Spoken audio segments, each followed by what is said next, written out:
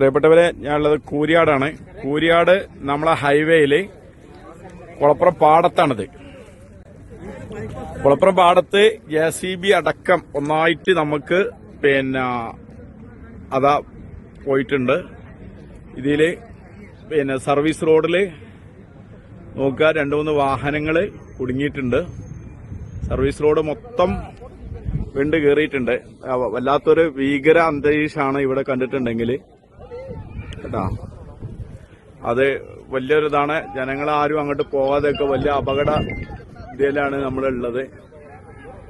എല്ലാവരും മനസ്സിലാക്കുക. കഴിയുന്ന ആൾക്കാരും ഇങ്ങോട്ട് വരരുത്, അതും കൂടി അറിയിക്കുകയാണ്. കാരണം നമുക്ക് പോകാൻ പറ്റൂല. കാരണം എന്താണ് ഇതിന്റെ അവസ്ഥ എന്നറിയില്ല.